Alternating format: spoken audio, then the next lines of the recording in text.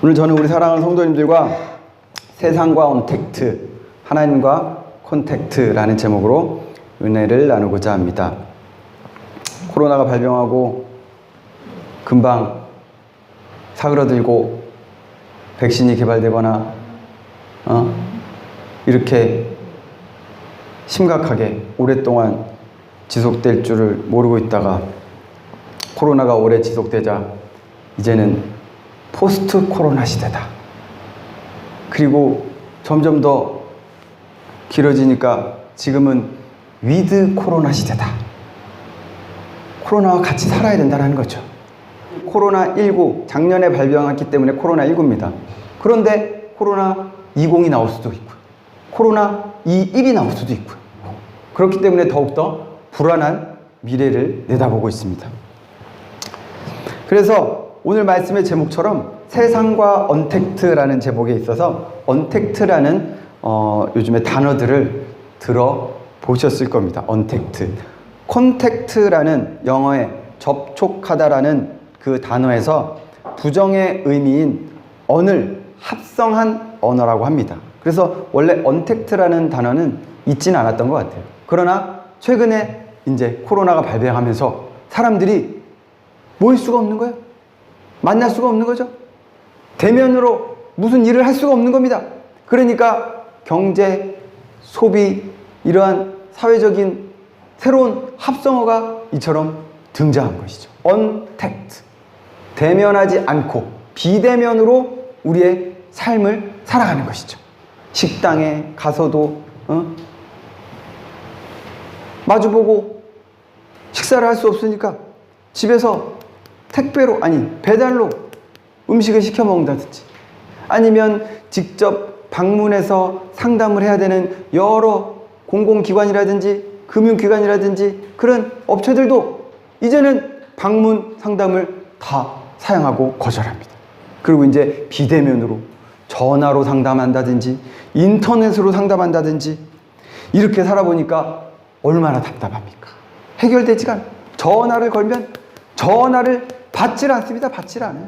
그리고 인터넷으로 질문을 하면 인공지능이 대답하는 거기 때문에 구체적으로 답변을 안 해줘요. 그냥 적혀있는 데이터베이스만 가지고 그 외의 것들을 질문을 하면 그냥 마치 말을 못 알아먹는 사람처럼 반복적인 답변만 해오는 걸 수도 있죠. 어찌됐든 코로나 시대에 우리가 원치 않는 그러한 언택트라는 시대에 살아가게 되었습니다. 그런데 다행히 다행이랄 것도 없지만 그나마 다행인 것은 우리나라는 대한민국은 배달 문화가 굉장히 발달된 나라입니다. 그 경제가 발달하고 부국 강병한 미국이나 유럽에서도 우리나라처럼 이렇게 배달 문화가 발달한 곳이 없어요. 땅덩어리가 일단 좁아야 돼요. 그리고 인구 밀도가 높아야 돼요. 그리고 성격이 불같이 빨라야 됩니다. 빨리 배달 문화가 이렇게 발달되기 전부터도 우리나라는 치킨, 짜장면을 다 배달시켜 드셨어요. 그런데 어느 순간 배달의 땡땡, 배달땡, 배달통, 배달의 민족 이런 것들이 우후죽순으로 나오면서 지금은 치킨, 짜장면, 피자, 모든 식사, 모든 음식, 모든 마트까지도 그냥 배달 대행을 써가지고 사람들의 불편한 삶을 해결해주고 있죠. 그런데 이 코로나 시대에 맞춰서 유럽과 각국 미국에서는 코로나가 심각하게 발병할 때는 생필품들이 마트에서 동인할 정도로 사재기를 해가지고 막 싸움이 나고 휴지값이 막 천정부지로 올라가고 집에서 쓰는 세제들이 막 떨어지고 마트에 없습니다. 그런데 우리나라는 그런 현상이 있었습니까? 없었습니까? 없었습니다. 그냥 쿠팡으로 로켓 배송만 누르면 그냥 마트에 직접 안 가도 그냥 마음 편히 버튼 하나만 누르면 그날 새벽에 7시가 되기도 전에 그냥 와 있어요. 밤 12시가 되기 전에 누르는 고객들, 로켓 와우라는 고객들에게는 밤 12시 전에만 누르면 어떠한 물품을 시키든 로켓 와우에 등록된 상품은 그날 12시가 되기 전에 시키면 다음날 새벽 아침 7시가 되기 전에 도착을 합니다. 엄청난 것이죠. 굉장히 특별한 또 하나님의 그것도 은혜인 줄로 믿습니다. 그럼에도 불구하고 불편하죠. 언택트 시대를 살아가는 지금 이 시대의 사람들, 원치 않는 코로나가 발병해서 원치 않는 언택트 시대를 살아가며 답답합니다. 사람들이. 그런데 어떠한 현상이 또 하나 있었냐면 코로나 심각 단계, 2단계, 3단계에서 사람들을 모이지 못하게, 식당이나 여행이나 밖으로 외출하지 못하게 정부 기관에서 좀 이렇게 통제를 하고 나서 다시 그 심각 단계가 풀리고 나니까 보복 소비라는 말을 들어보셨습니까? 보복 소비. 외부의 요인에 의해 억눌렸던 소비가 한꺼번에 분출되는 현상을 일컫는다고 합니다.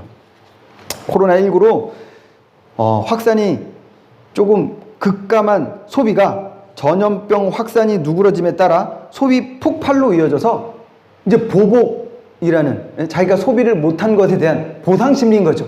보복 심리인 거죠. 그래서 위축됐던 소비가 코로나가 조금 사그러드니까 더 소비가 폭발하는 현상을 말을 합니다.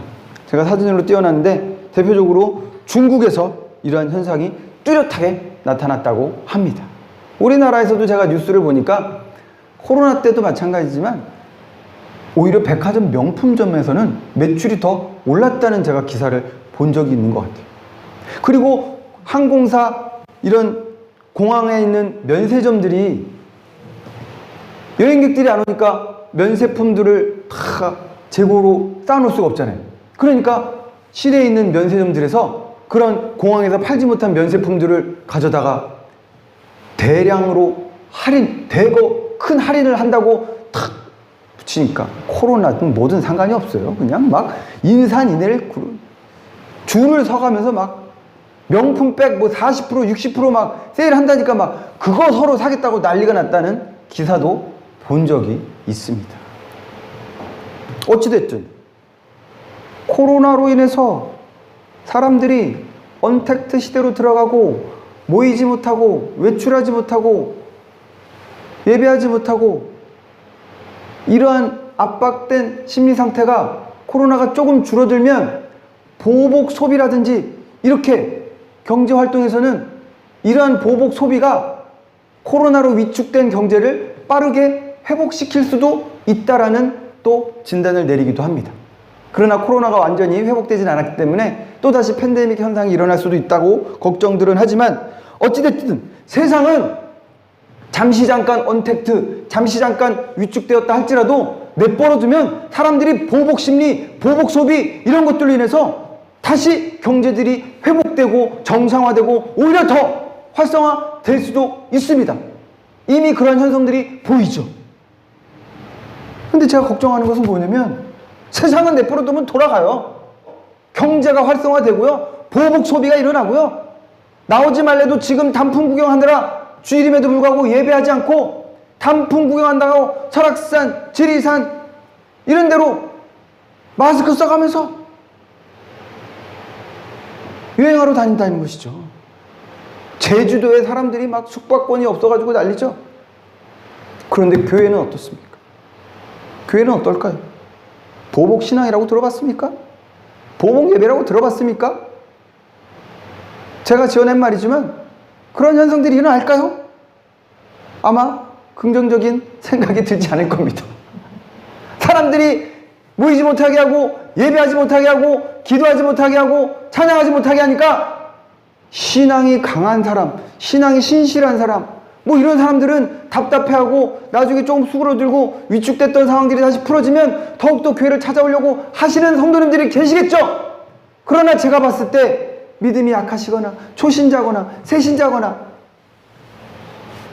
예배드리는 것이 그동안 좀 불편했던 분들, 목사님 말씀이 좀 지루하게 느껴졌던 분들, 헌금을 드려야 되는데 드리기는 아깝고 주머니가 내 앞에 오니까 마지못해 드리셨던 분들, 이런 분들은 코로나가 그러면 안 되지만 지금 이 코로나 시대에 인터넷 예배, 집에서 비대면 예배 이러한 예배 활동들이, 예배를 드리는 현상들이 좀 반갑게 여겨지는 사람들이 있으면 얼마나 슬픈 건 현실입니까?